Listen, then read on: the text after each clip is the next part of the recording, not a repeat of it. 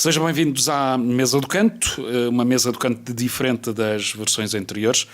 Nesta Mesa do Canto vamos ter um convidado todas as semanas, numa conversa mais intimista, mas também com alguns temas da atualidade.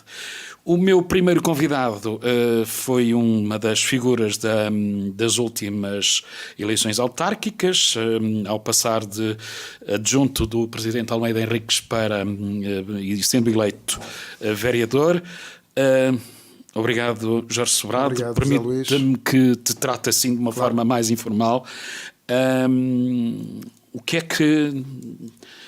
que te atraiu a Viseu depois de andares, porque és natural do Porto e licenciado em Ciências da Comunicação, o que é que te atraiu a Viseu?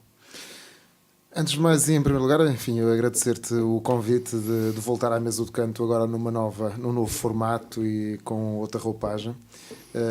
E dizer que este ambiente para mim é também um bocadinho novo, é um ambiente quase de desvelamento, não é? Estamos corpo a corpo, luta face a face, e portanto é de ser questionado sobre temas como esses, que é o que é que atrai alguém que fez a vida fora, ou fez a vida no Porto, em Lisboa, a Viseu. Devo dizer que em primeiro lugar, antes de mais, atraiu um projeto que me pareceu muito ambicioso e muito oportuno. Não posso dizer que conhecesse muito bem a cidade e a região. Conhecia, mas de passagem, de visita, de turismo. Gostei sempre muito de Viseu quando cá vinha passear, no fundo. Mas atraiu-me, antes de mais, um projeto de uma pessoa que se tinha tornado minha amiga e, portanto, do António Almeida Henriques, e que era um projeto muito oportuno, muito visionário, muito moderno, e de uma nova geração de política municipal, uma nova geração de política autárquica. E eu sentia a atração de fazer parte desse projeto, não é? É evidente que há razões de confiança pessoal e portanto, eu senti-me também muito motivado porque o trabalho que tínhamos desenvolvido e que eu tinha feito para o então Secretário de Estado tinha sido um trabalho, do meu ponto de vista, muito produtivo e sobretudo, que tinha conseguido conquistas como, é preciso lembrar isto, os programas regionais, os programas operacionais regionais do continente, daquilo que é o Portugal 2020, existem hoje por causa de uma figura política que é o Almeida Henriques, não é? Tal como um conjunto de instrumentos que ainda hoje estão em prática, como o Valorizar. Agora fala-se muito de valorizar e destes apoios ao interior, ao turismo, foram também desenhados pelo Secretário de Estado Almeida Henriques e pelo seu gabinete, como instrumentos relacionados com a defesa das famílias endividadas, os limites das taxas de juros nos cartões de crédito. Enfim, houve um projeto fantástico que num momento muito difícil para o país, era um momento muito difícil de ser governo, mas que apesar de tudo serviu até de contravapor a uma certa gula da austeridade das finanças e que eu vivi por dentro e, portanto, senti-me muito motivado com uma visão de nova política autárquica, de uma visão de um projeto de desenvolvimento local que incorporava novas dimensões, as dimensões imateriais ligadas ao marketing territorial, ao marketing de cidade, à capacidade de valorizar a identidade e um projeto de comunidade e, portanto, senti-me atraído por isso. E quando cheguei a Viseu, para viver em Viseu, rapidamente ganhei novos argumentos para ficar em Viseu, não é? A cidade e o concelho são de facto notáveis sob os vários pontos de vista. Há coisas que me atraem muito e que eu nunca escondia. A Feira de São Mateus é um baú de histórias, de lendas, de imaginários maravilhoso, fantástico, que todos nós de alguma forma trazemos. É muito curioso que eu encontrei na Feira de São Mateus a minha feira de infância, a Feira Popular do Porto. E a Feira de São Mateus é uma espécie, quando nós começamos a dizer a guardiã das feiras populares, tinha que ver com este sentimento, que é cada um pode vir à Feira de São Mateus a encontrar a sua feira de infância, a sua feira de juventude.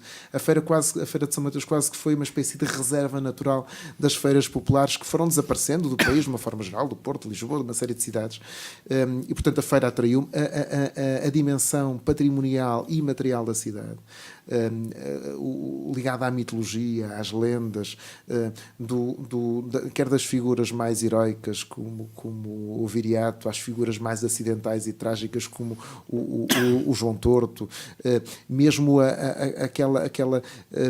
aquela historicidade, mas um bocadinho tendente a algumas efabulações, como o Dupont e Dupont de Viseu, que é o Grão Vasco e o Dom Miguel da Silva. Há figura absolutamente notável, modernista, modernizadora, reformista, que é a Almeida Moreira. Não é? A Almeida Moreira exerce sobre mim um fascínio e um magnetismo brutal, e portanto eu sou um consumidor de tudo que seja informação sobre este personagem que é um príncipe e que é o reformador da cidade, o homem que na verdade é o reformador da cidade moderna. E, portanto, há dimensões em Viseu que me atraem muito, e para além da questão da qualidade de vida, já tenho uma filha viziense, não é? Portanto, aqui 4 filhos, um deles, ou neste caso uma menina viziense, e portanto radiquei aqui a minha família, também os meus afetos, o meu casamento, e portanto e aqui tenho sido, devo dizer, tenho vivido os melhores anos da minha vida. Já lá vamos. Uma das novidades que introduzimos nesta nova mesa do canto é pedir aos nossos convidados alguns temas musicais, para não tornarmos isto numa coisa muito pesada, de muita conversa. E eu olho aqui para as tuas propostas e são propostas completamente diferentes, distintas. Vamos divulgando, vamos falando nelas ao longo do programa, ou desta mesa do canto, e começava da tua primeira escolha, Depeche Mode, Personal Jesus. Porquê? Personal Jesus dos Depeche Mode. Os Depeche Mode são a minha banda de eleição. Desde muito jovem, talvez com 10, 11 anos, comecei a ouvir os Depeche Mode. Nos álbuns mais duros, eram álbuns de no fundo, quase de experimentalismo de música tecnológica, de música com sintetizadores, à base de sintetizadores, e portanto aqueles álbuns mais primitivos dos anos 80 eram álbuns ainda um bocadinho experimentais do ponto de vista da introdução dos sintetizadores e aliás praticamente música apenas eletrónica, não havia recurso nem a pianos ou baterias, ou muito pouco, e aquele certo marxismo, aquele marxismo dos Depeche Mode, portanto havia um marxismo, aliás, que vieram agora recuperar no novo álbum, sempre exerceram um fascínio sobre, tal como a questão de um certo experimentalismo ligado aos sintetizadores. E comecei a ouvir, e aquilo de alguma forma tornou-se quase diário e cotidiano a presença dos Depeche Mode, e portanto ficaram muito rapidamente como a minha banda e a banda do meu irmão. Eu tenho uma relação de genialidade, e portanto muito da minha infância e da minha adolescência foi vivida também com um irmão gêmeo, e portanto os Depeche Mode exerceram sempre uma grande influência, um grande magnetismo sobre mim. E depois havia essa questão de os Depeche Mode, embora sendo uma banda com algum teor, sobretudo até ao início dos anos 90, um pouco marxista e um bocadinho sociológico, com temas muito sociológicos ligados ao trabalho, às condições de vida, às opressões, aos master and servants, não é? Aos senhores e aos servos. Por outro lado, há uma dimensão inalienável de teológica nos temas dos Depeche Mode, que aliás culmina com um álbum na passagem dos anos 90 para os anos 0, que é o Songs of Faith and Devotion, que é profundamente teológico, profundamente cristão de alguma forma. E esse tema que é precedente é do tema do Violator, o Personal Jesus, é um tema que é profundamente protestante, que é outro aspecto da minha faceta biográfica, que é uma formação protestante e uma formação de uma família protestante de alguma forma de inspiração batista. E, portanto, onde é de alguma forma em cujo ambiente, em cuja doutrina é de alguma forma professado um Jesus pessoal. Não um Jesus de massas, uma salvação de massas, uma salvação de legado de família em família e quase social, mas de uma espécie de relação pessoal quase kierkegaardiana com Cristo. E, portanto, é muito curioso que a banda tendo uma linguagem muito techno, uma abordagem e uma temática muito sociológica, depois nunca deixasse de fora esta questão religiosa ou teológica e quase sempre de um confronto de um homem só com Deus, de um homem só com a figura de Cristo. E esse tema que é extraordinário e que tem uma batida fortíssima e um claim fortíssimo na música, não deixa de professar este Jesus pessoal que os protestantes, aliás é uma banda britânica e sabemos que alguns deles, pela sua biografia, também tiveram contacto com igrejas protestantes, deixou de alguma forma uma marca especial em mim. Então vamos ouvir este Personal Jesus com os Depeche Mode. Jorge, voltando à nossa conversa, há bocadinho falámos em off, entre 2013 e 2017 foste adjunto do atual Presidente da Câmara, Almeida Henriques, que agora te convidou para fazeres parte da lista. Acabaste eleito e tens novas funções na autarquia. Exatamente. Foi um passo que eu compreendi como uma evolução natural. Na verdade, o que me foi dado fazer pelo Presidente da Câmara foi trabalhar numa perspectiva de marketing de cidade e criar um conjunto de instrumentos que reforçassem a identidade da cidade. Ou seja, o marketing não inventa nada de novo. Ou se inventa, tem que pôr muito dinheiro em cima. E essa não era a nossa estratégia. Até porque Viseu não precisa. Viseu não precisava, como outras cidades tiveram outras abordagens, foi arranjar uma grande mochila de dinheiro e inventar um destino turístico baseado no chocolate, ou na literatura, ou em qualquer outra coisa. Viseu não precisa. Viseu, de facto, tem muitos recursos históricos, tem muitos recursos patrimoniais, tem muitos recursos de imaginário. Não é? É a cidade de Viriato, é a cidade de Jardim, é a cidade de vinheteira. Argumentos do ponto de vista de construção de comunidade, de uma identidade local e argumentos do ponto de vista de desenvolvimento turístico e de diferenciação cultural não nos faltam. E, portanto, basicamente o marketing aqui precisou, aliás, muito pouco dinheiro, ao contrário do que se possa imaginar. A Feira de São Mateus é uma feira sustentável, os eventos enoturísticos são eventos com um forte financiamento de mecenas e de patrocinadores, mas foi sobretudo trabalhar, valorizar a identidade local. Quando nós criamos o Tons da Primavera, a Festa das Vindimas ou o Festival Literário Tinto no Branco, com o Salão de Vinhos de Inverno, mais não fizemos do que dar alguma vibração, digamos assim, turística, cultural ao tema dos vinhos na primavera, com o street art, associando, no fundo, a temática da cidade vinheteira à cidade histórica, mas também à experiência dos vinhos, não é? No momento em que as pessoas começam a vir para a rua.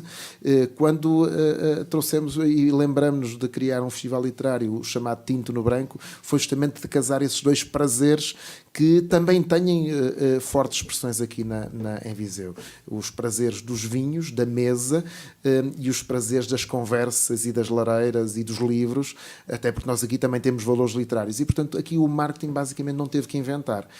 Teve que trabalhar e valorizar as várias camadas de identidade da cidade, com uma diferenciação do ponto de vista da construção dos eventos, do ponto de vista de construção narrativa, não é com alguma pontinha de orgulho que ouço quando me confronto com pessoas amigas, conhecidas ou simplesmente colegas de trabalho, que Viseu passou a estar no mapa do ponto de vista de comunicação, do ponto de vista de identidade, do ponto de vista de eventos, do ponto de vista de turismo, de atração de negócios, não é? E, portanto, todo este ambiente torna propícia à valorização da comunidade, à valorização de Viseu enquanto destino de negócios, destino de vida, destino de turismo, e, portanto, foi isso que o marketing fez. E, portanto, encontrei também pela minha experiência da Feira de São Mateus, encontrei no fundo a possibilidade de criar um conjunto de experiências que o Presidente da Câmara, o o António Almeida Ricos entendeu que eram valiosas ou que eram oportunas de pôr ao serviço também da Câmara na posição do vereador. E, portanto, é um passo que eu entendo como um passo natural e baseado numa confiança, como é evidente, que é pessoal e que é política também do Presidente da Câmara. Olha, já vamos abordar um bocadinho aquilo, o que é que tu pensas, porque tens dois pelouros, não é? A cultura e o turismo. Já vamos falar disso na segunda parte, mas tocaste num evento que vai ocorrer no próximo fim de semana e que é o Festival Vinhos de Inverno, que engloba o Festival Literário Tinto no Branco. Com um grande nome logo à cabeça, o nome do imaginário da maior parte de pessoas com alguma idade, digamos assim. Exatamente. O Festival Literário está, de facto, está a afirmar-se, quer pela sua singularidade, é o único festival literário que associa o universo dos vinhos, que é hoje um universo cultural. Não é? O vinho deixou de ser um produto alimentar e, portanto, hoje, ao contrário do que talvez sucedesse há 50 anos atrás, em que o vinho era, em grande medida, um produto alimentar, hoje é um produto cultural. É um produto cultural, é um produto social, não é? É um produto de charme. Nós olhamos para os bons vinhos como produtos de uma cultura refinada, como uma cultura que vai, digamos assim, de geração em geração, que está ligada muito aos saberes da terra e que foi sendo sofisticada pela ciência, pela tecnologia e pelas novas gerações. Mas a singularidade do festival está justamente nesse casamento entre o vinho que ele representa do ponto de vista da ligação ao território, a gastronomia, os sabores da terra, também o ambiente patrimonial, não é? E o Solar do Dão é um lugar absolutamente único e neste festival nós reacendemos as lareiras mágicas daquela casa quinhentista.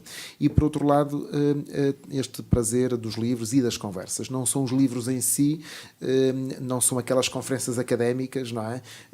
Muito longas, muito extensas. Aliás, nós temos uma regra de ouro neste festival, que é a conversa termina quando ela está interessante. Pois, mas deste uma deixa perfeita, porque eu não sei como é que vai acabar aquela conversa do Michael Palin com o Ricardo Araújo Pereira, ainda por cima, logo a abrir. Sim. O Michael Palin é de facto Isto é dar rebuçado todo. O Michael Palin é a nossa cabeça de cartaz, digamos assim, a figura cimeira neste festival, mas eu devo dizer que isso corresponde a uma certa injustiça para com o resto dos autores convidados. Eu tenho que dizer aqui que, na verdade, o Michael Palin foi uma proposta que me foi feita pelo nosso parceiro da organização, que foi o Booktellers, mas que eu fiquei tão mais feliz com o Michael Palin como tendo obtido a confirmação do Feira Bento Domingos, que é uma pessoa e um autor com quem já falo desde há 3 anos e que muito gostaria de trazer a Viseu, pela sua liberdade de pensamento dos dias de hoje, do modo de vida de hoje, da cultura de hoje, com um fundo também de fé que de alguma forma ele representa e pensa, não é? E, portanto, o Frei Bento Domingos, o Pedro Mexia, o Ricardo Araújo Pereira, o Nuno Júdice, são, no fundo, autores e pensadores que nós já muito queríamos trazer ao festival e que nos enchem as medidas da mesma forma como Michael Palin. O Michael Palin funciona aqui um bocadinho como mais estrela, que vai ajudar de alguma forma a despertar os interesses mais mediáticos também, como é evidente. Ele não participa por regra em festivais literários, ele de alguma forma refugia-se e não aprecia particularmente estes momentos em que quase os escritores estão enjaulados com o público a observar e a tirar-lhes amendoins, não é? Mas a conversa promete. É evidente, o Ricardo Araújo Pereira é um autor, um guionista, um homem extraordinário. De facto, ele esteve aqui em Viseu ainda a semana passada e é de uma genialidade do ponto de vista do humor, do ponto de vista inclusive da própria reflexão sobre o humor. Não é? Eu acho que isso vai ser muito interessante na conversa, não é? Que é a reflexão sobre o humor e a reflexão do papel de quem faz o humor e sobre os limites do humor, não é? E ele tem muita reflexão sobre isto e sabe também brincar com isto, não é? Sabe brincar com estes limites ou com os não limites do humor. Na verdade, lado, os limites do humor são os limites da liberdade. E, portanto, essa conversa é abrir com chave de ouro, mas um festival que, devo dizer, que tem um cartaz invejável, eu diria, com nomes que vêm da política, da religião, da poesia, e teremos também um cartaz musical, não é? Dos Virgem Suta e do Benjamin, para além dos nomes vizienses, que também estarão a marcar o festival e que vão fazer do Solar do Dão o solar mais charmoso do país. Olha, o presidente Almeida Henriques dizia que na apresentação que este era garantidamente a melhor edição do festival. Na verdade, nós já tínhamos traçado esse objetivo. Disseste que era um cocktail sedutor e atrativo. Eu acho que na verdade, o festival não é monotemático, não é? O festival permite ter um contacto com o universo dos vinhos e nós esperamos ter lá grandes vinhos para provar e algumas estreias também para apresentar. E os vinhos dão, e tu sabes muito melhor do que eu isso, e és um especialista, ao contrário de mim, que ainda sou apenas um iniciado e um aprendiz. Eu costumo dizer que não sei nada de vinho. Não sabes nada de vinho. Não sei nada de vinho. E portanto, eu acredito que teremos ali uma montra, e sobretudo esta possibilidade de falar diretamente com os criadores, com os criadores de vinho, mas esse casamento entre vinhos e sabores, experiência patrimonial, experiência literária, conversas. No fundo, o vinho é um excelente pretexto para conversar. Sempre. É um excelente pretexto para conversar sobre livros, sobre cultura, sobre a vida, e é isso que, no fundo, este festival proporciona. Aliás, eu lembro muito de uma frase do Chekhov que dizia que a música é um excelente saca-rolhas do espírito.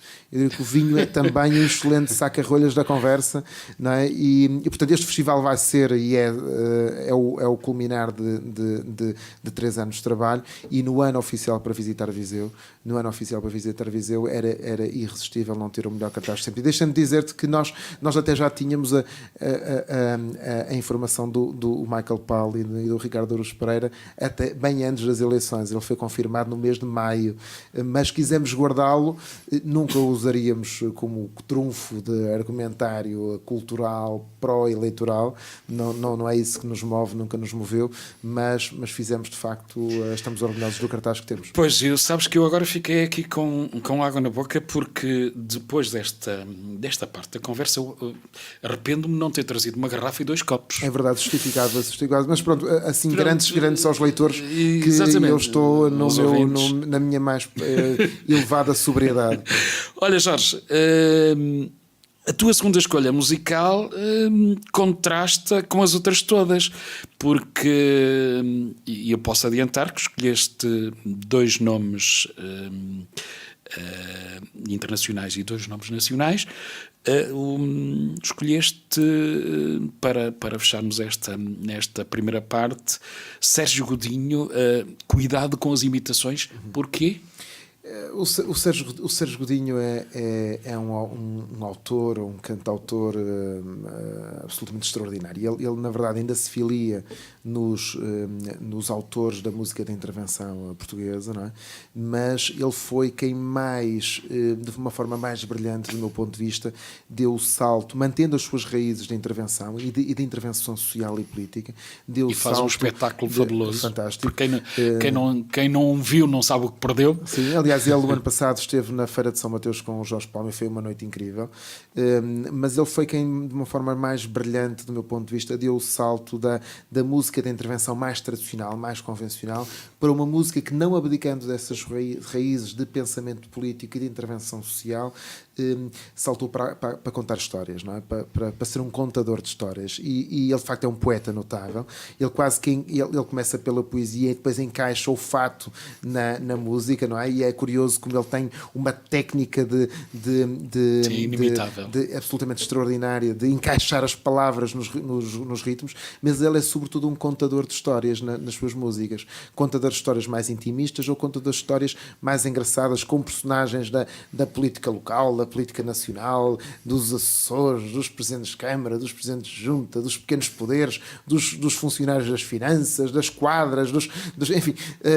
E eu devo dizer que para além do talento que é genial no Sérgio Godinho, ele tem essa capacidade de contar histórias e histórias que são memoráveis, não é? E a principal genialidade é criar um lugar comum, e o Sérgio Godinho é de facto um criador de grandes lugares comuns. Então fechamos esta primeira parte desta nova edição da Mesa do Canto com o Sérgio Godinho. Cuidado com as imitações, já voltamos. Bem-vindos então à segunda parte desta Mesa do Canto, a Mesa do Canto que reinicia com uma nova roupagem, temas também diferentes, com convidados, e acho que temos um convidado ideal para esta primeira edição, porque me facilita o meu papel, porque o Jorge Sobrado é um excelente comunicador, já sabíamos disso. Isso é bondade tua. Não, sabes que é. Para abrirmos esta segunda hora, e vamos falar dos teus projetos enquanto vereador do turismo e da cultura também, mas escolheste, e voltando às tuas influências musicais, algo completamente diferente daquilo que já ouvimos antes. Ou seja, passaste de Depeche Mode para Sérgio Godinho para Nick Cave. É uma coisa extraordinária, de facto.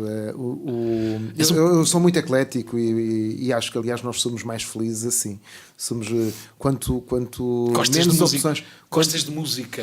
Há coisas que eu não consigo ouvir, sinceramente. Sim. Há música talvez um bocadinho rock industrial ou a música metal, que eu não tenho educação, diria assim, para ouvir.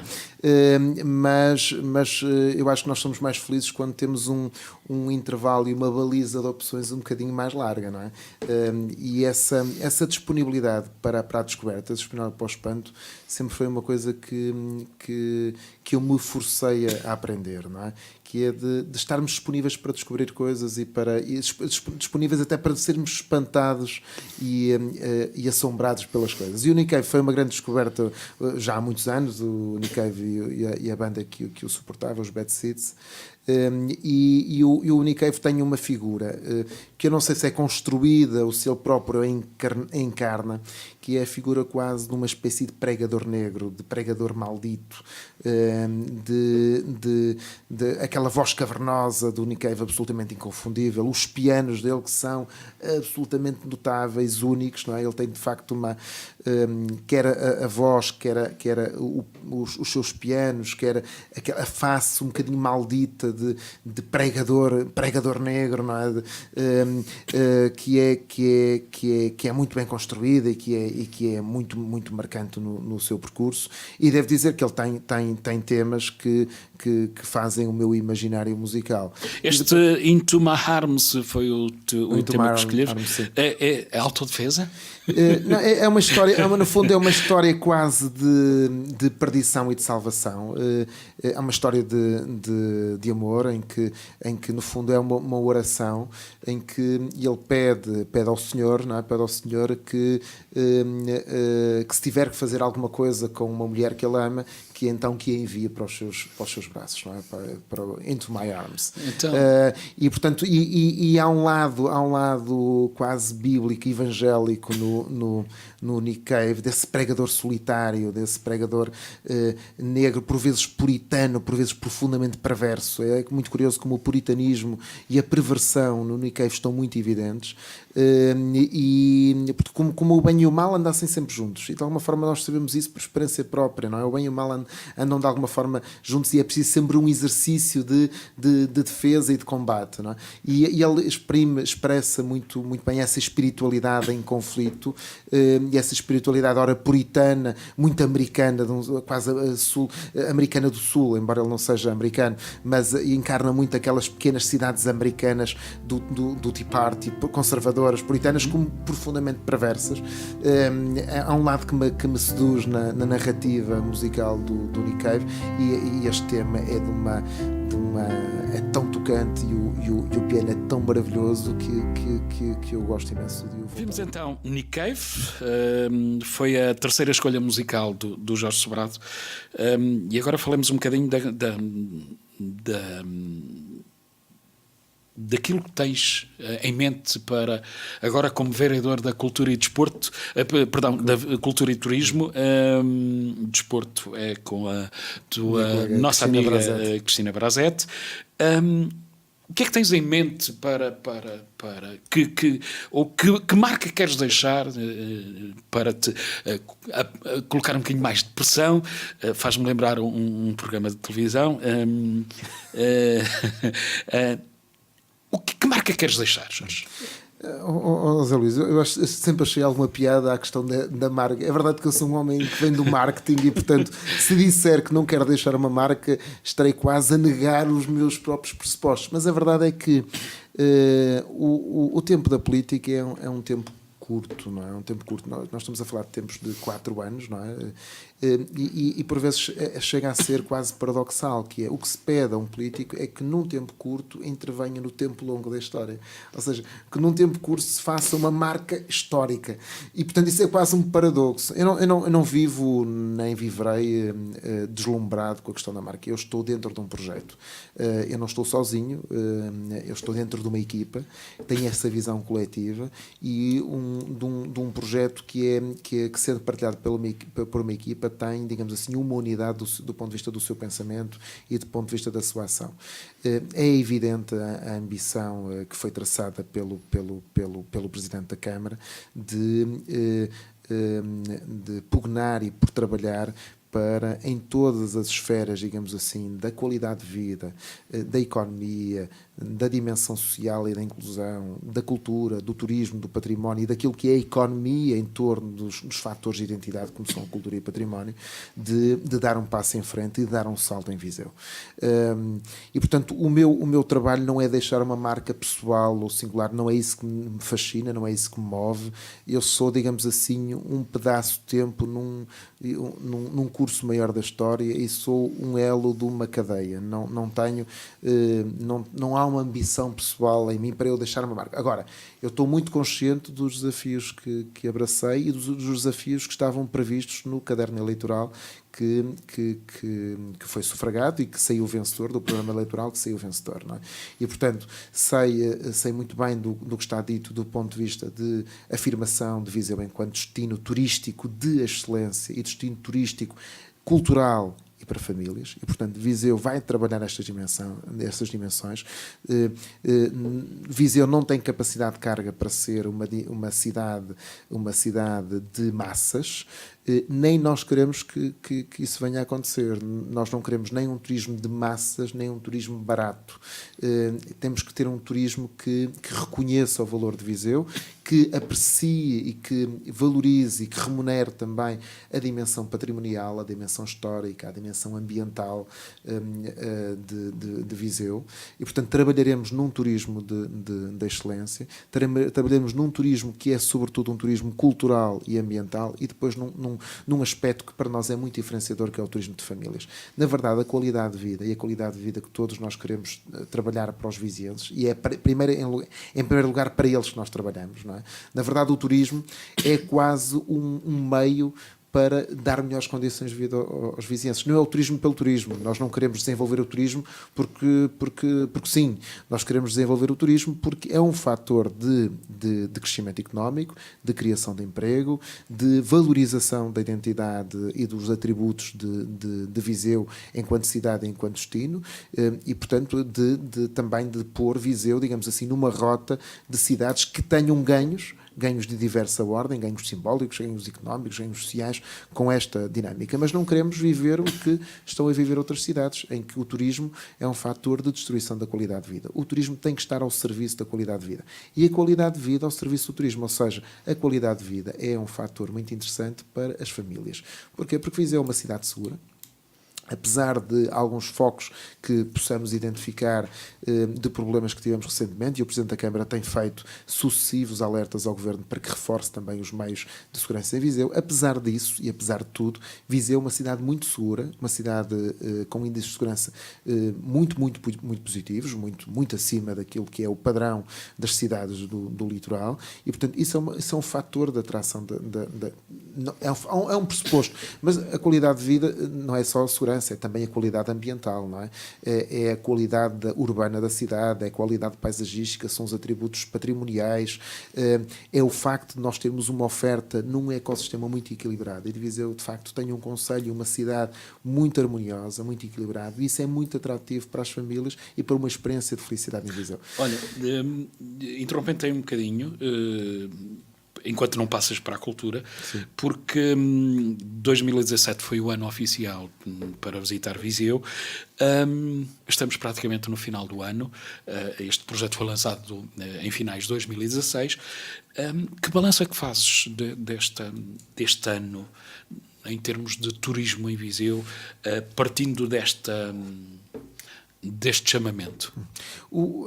Dizes bem, é um chamamento, e é de facto um chamamento, era uma provocação positiva ao país para que viesse redescobrir uma cidade que está no imaginário de toda a gente, não é? Por diversos fatores, por diversas razões, mas que nós queremos colocar no mindset, no quadro mental das opções de visita de qualidade nos portugueses. E, portanto, esse chamamento, os indicadores que nós temos são indicadores muito positivos. Segundo o Turismo do Centro, as estimativas que o Turismo do Centro nos fornece, e devo aqui destacar também o papel de parceria com o Turismo do Centro e a forma como o Turismo do Centro tem vindo a trabalhar a promoção também de um destino como Viseu, é de que este ano, 2017, será o melhor ano turístico de sempre. Ou seja, que nós teremos um nível de dormidas acima das 200 mil dormidas, portanto um número de estadias acima das 200 mil dormidas, o que é na série estatística da última década o melhor resultado sempre, e portanto estaremos a superar o ano terrível que foi o ano da introdução das scooters, salvo o ano de 2010, em que houve uma espécie de vértice invertido e uma crise do ponto de vista das dormidas na casa das 107 mil dormidas. Portanto, face a esse ano negro do turismo em Viseu, nós estaremos a dobrar as dormidas, e, portanto, em 7 anos estamos a crescer a 2 dígitos, o que nem todas as cidades à nossa dimensão estão a aproveitar. Portanto, há cidades que estão a aproveitar mais a descoberta turística do país do que outras. Nós estamos a crescer acima da generalidade, acima da média nacional, e, portanto, isso quer dizer que estamos a fazer mais depressa o trabalho de promoção. Não é? Olha, ainda nesta área, os dados indicam que hoje o turismo mudou. O vinho e a gastronomia hoje são os grandes atrativos para os turistas, e Viseu tem no fundo aqui muita coisa para oferecer nesta área, neste novo turismo. Portugal está muito bem posicionado aí no turismo de gastronomia e no enoturismo. De facto, é quase um pressuposto em Portugal. Quando um turista olha para Portugal, é quase um pressuposto comer bem e ter uma experiência com grandes vinhos e com vinhos cada vez melhores. O Dão e Viseu estão no ponto de repousado para se afirmarem enquanto um destino de vínico e um destino gastronómico. Temos aí alguns passos para dar. É preciso reconhecer que Viseu tem de facto uma tradição de comer bem, uma tradução de grande gastronomia, mas que a exigência turística hoje também coloca novos desafios do ponto de vista da qualidade do serviço e da qualidade dos recursos humanos, e portanto há aí passos para dar do ponto de vista da qualificação do nosso setor. Há quem esteja muito bem colocado e há quem esteja também hoje a sentir a necessidade de dar um passo em frente do ponto de vista da qualidade que tem para oferecer, e portanto Viseu, numa altura em que tem uma dinâmica, tem também muitos desafios do ponto de vista da sua afirmação e da sua valorização turística. Esta questão das famílias é claramente um desafio para o Canal Horeca, não é? Que esteja preparada para receber famílias que venham com outras expectativas de serviço e com outras expectativas de qualidade. Quem é também um turista cultural tem também expectativas elevadas neste domínio, quem tem no fundo, uma experiência de enoturismo tem também experiências, expectativas mais elevadas. E, portanto, estamos a falar para um turismo de qualidade e Viseu tem tudo para se posicionar nestes segmentos de público, que são segmentos de público mais interessantes. Olha, Jorge, eu começo a olhar para o relógio porque a conversa em contagem de crescer. Está ótima, está fantástica, mas temos que passar à frente. Falaste de turismo, cultura. Nos últimos 4 anos houve alguns pequenos conflitos. O que é que tens em mente para assim, de uma forma muito sucinta, para depois irmos ao teu tema da semana? Viseu fez de alguma forma uma explosão cultural nos últimos anos com um conjunto de projetos, quer promovidos pelo município, quer promovidos por instituições e agentes culturais independentes, que de facto criaram uma oferta que, embora não cobrindo todo o ano, estão muito concentrados na primavera e no verão, fizeram de alguma forma reforçarem muito a oferta cultural, sobretudo de eventos culturais na cidade. Este ano, se temos que escolher, eu escolho este tópico. Este ano nós temos este próximo ano que vem, temos uma grande realização ligada não àquilo que se designa a cultura convencional ou cultura erudita, mas a cultura de raiz popular, que é o Festival Europeu de Folclore e Europeado. E, portanto, eu escolheria esse tema para dizer que, tal como na gastronomia existe uma grande tradição de boa mesa em Viseu, também na tradição popular existe ou na história da tradição popular em Viseu, existem grandes pergaminhos que é preciso valorizar, é preciso puxar por eles, é preciso dar-lhes a justiça que eles justificam e que merecem. E, portanto, há um lado ligado à etnografia, ao folclore, às tradições imateriais de Viseu, dos cantares, das músicas, dos trajes, das paisagens rurais, da história das localidades que nós queremos muito valorizar. E, portanto, aí eu julgo que este ano e o próximo, sobretudo 2018 e 2019, haverá bons motivos para acreditar que deixaremos boas sementes do ponto de vista da revitalização dessa cultura popular que, como em todo o país, passou por momentos de cerco e de ameaça, porque houve outros fenómenos mais urbanos a, de alguma forma, cercar e a retirar, de alguma forma, alguma energia social e de juventude, e nós acreditamos que poderemos, é nossa responsabilidade, deixar boas sementes no rejuvenescimento e na revitalização das tradições, por exemplo, do folclore. E, portanto, essa responsabilidade iremos assumi-la neste mandato. Olha, vamos para o final e, naturalmente, vamos pedir, e esta é outra das novidades, vamos pedir sempre aos nossos convidados para comentarem o tema da semana. Tu, fugindo àquilo que seria expectável, propuseste aqui um tema que é a embriaguez dos média da capital em relação ao país. Sim, eu confesso que sobretudo desde que me radiquei em Viseu, que olho com mais distanciamento e com mais alguma frieza para aquilo que são os fenómenos de funcionamento dos mídias. E é muito curioso termos assistido a esta invasão dos mídias agora na altura da seca. Portanto, toda a gente anda a filmar e a fazer diretos televisivos de caminhões de cisterna a despejar água num curso de água seco, numa albufeira seca, sem que, todavia, se questione as razões pelas quais uma região de água, como é Viseu, passa por problemas de seca. É que nós não estamos numa região de sequeiro, nós estamos numa região de água.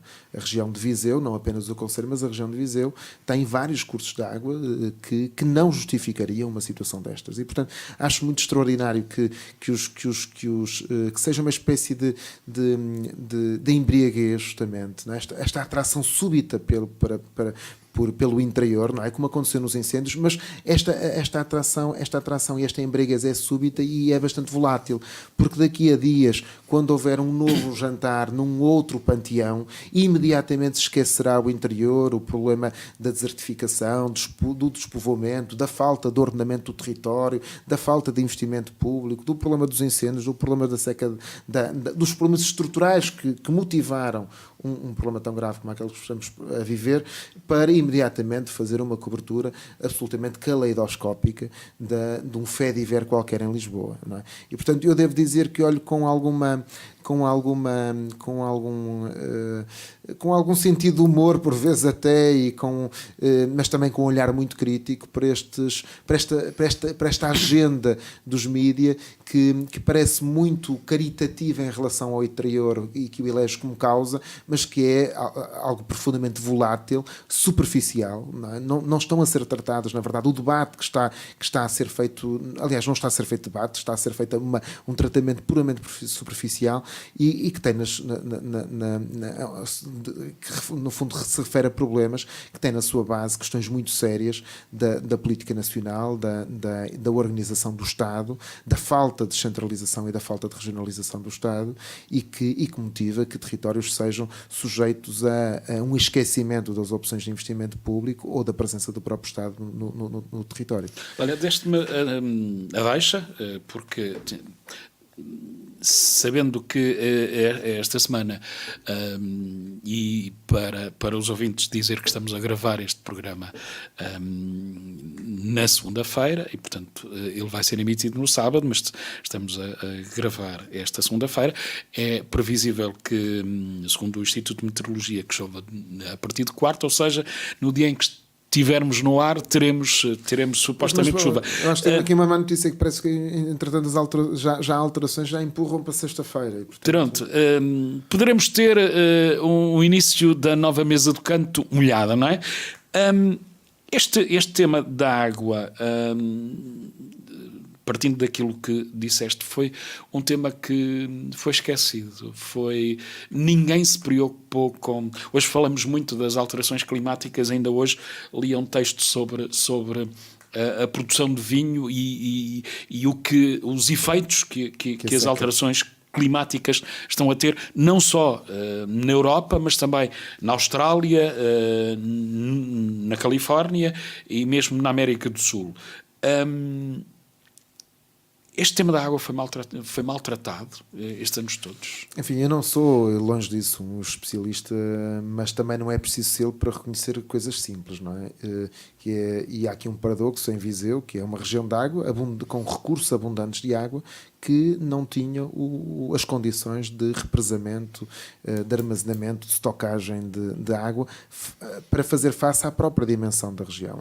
A cidade de Viseu foi crescendo nos últimos 20 anos e o concelho também. No nosso entorno existe uma camada industrial que é relevante e que é ela própria também consumidora de água, e aqui é preciso fazer notar que também as indústrias devem ser responsabilizadas por um consumo mais racional de água, não é? Porque não são apenas os particulares e as famílias que têm a fazer esse esforço, também as indústrias têm que o fazer, e portanto esse é um debate que também deve acontecer, mas parece evidente que não foram criadas as condições de armazenamento à medida das necessidades numa região que não careceria por razões naturais de escassez de água, não é? E portanto eu olho para isto mais uma vez como uma das consequências de uma espécie de clivagem entre o país do país das oportunidades que temos. Há um país de oportunidades para onde o investimento público entorna a regra geral, e portanto ainda recentemente ouvimos o Governo anunciar uma reprogramação de fundos comunitários que vai pôr mais dinheiro em Lisboa e no Porto, portanto retirando às regiões. Eu não sei o que é de facto prioritário para o país, se é construir mais umas estações de metro em Lisboa, se é resolver um problema estrutural de desenvolvimento e de coesão e de qualidade de vida no interior. De cada vez que nós entornamos mais o Estado e o investimento público para os grandes centros, estamos a subtrair oportunidades de vida e oportunidades de recuperação e de coesão ao interior. E, portanto, é com alguma estupefação que olhamos, de facto, e parece evidente que aqui algo de sério aconteceu. E não foi por falta de aviso, porque o Presidente Almeida Henriques em Viseu tem vindo a chamar a atenção nos últimos 4 anos e, sobretudo, nos últimos 2 anos, para a necessidade de aumentar a capacidade da barragem de Fagilde, para olhar para a necessidade muito urgente de construção de uma nova barragem e até de outras propostas, como a melhoria da eficiência das ETAs, que também fazem desperdício de água e que é preciso atender também a essas questões. Olha, íamos por aí fora e não pararíamos na conversa, mas temos que ir mesmo para o final. Antes da tua última proposta musical, que mensagem queres deixar antes de irmos à tua última proposta, que mensagem queres deixar Nós na próxima aos vizinhenses, sexta-feira, aos região? nós na próxima sexta-feira, portanto ontem, sexta-feira, nós iremos ligar a iluminação de Natal na cidade. É um momento que é sempre mágico, e Viseu faz uma aposta consciente na iluminação de Natal e no urbanismo comercial da cidade. É uma cidade ótima para o comércio de Natal, é uma cidade que tem oferta tradicional, oferta também em centros comerciais, mas também oferta no centro histórico. Pode ser um destino de compras, pode ser um destino de Natal, pode ser um destino cultural, e portanto o pretexto da luz, de vir descobrir a luz, de vir reencontrar a luz de Natal. Devo dizer que temos arquiteturas de luz muito bonitas. A que está a nascer no Rossio é muito bonita, sobretudo para quem tenha famílias com crianças. Na Rua Formosa fazemos um apelo à chuva, colocando uma dúzia de guarda-chuvas 3D para de alguma forma lembrar que é preciso que caia água também aqui na região, e portanto deixo o desafio para que possam começar a viver a quadra mágica do Natal, que é também uma quadra de solidariedade, de reaproximação das pessoas, de recuperação dos afetos e de recuperação da unidade das pessoas, e portanto que venham e que vivam o Natal em Viseu, porque de facto aqui temos bons pretextos para o fazer.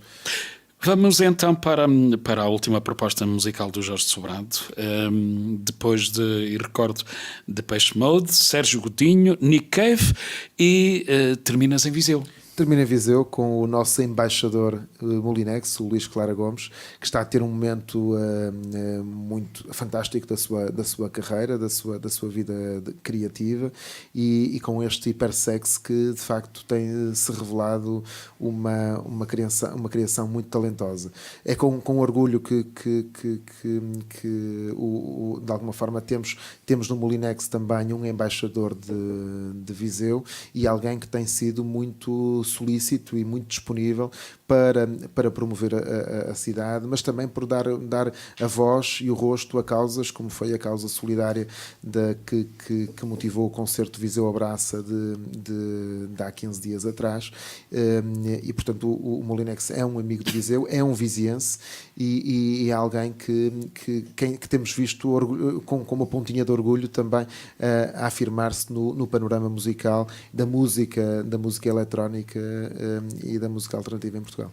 Jorge, antes de ouvirmos naturalmente a fechar esta mesa do canto o Molinex, agradeço a tua presença. Obrigado, foi repito, a maneira mais fácil de começar, porque quando temos alguém que vai sozinho, e portanto agradeço a tua presença. Obrigado Estaremos aos sempre ouvintes pela paciência. Fechamos esta nova série, ou iniciamos hoje então esta nova série da Mesa do Canto, neste novo formato. Fechamos então com o Molinex. Um abraço, até para a semana.